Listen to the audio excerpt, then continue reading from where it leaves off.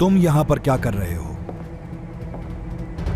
क्या आप अपने मेहमानों से इसी तरह बात करते हैं?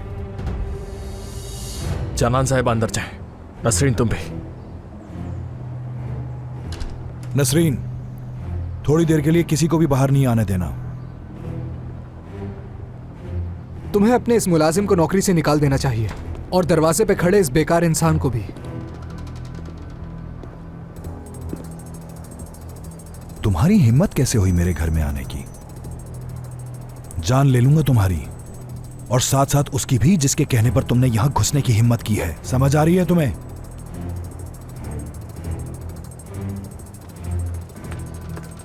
बाहर वो जो आदमी है वो कौन है? सब उस पर चढ़ दौड़े हैं। अली ने तो उसे मारा भी है। क्या? हाँ?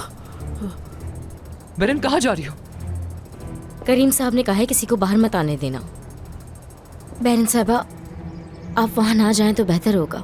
बेरन, तुम कुछ बोलती क्यों नहीं हो बेरन? बाब और अली को लगता है ये आदमी वो है जिसने हिकमत अंकल को कत्ल किया है।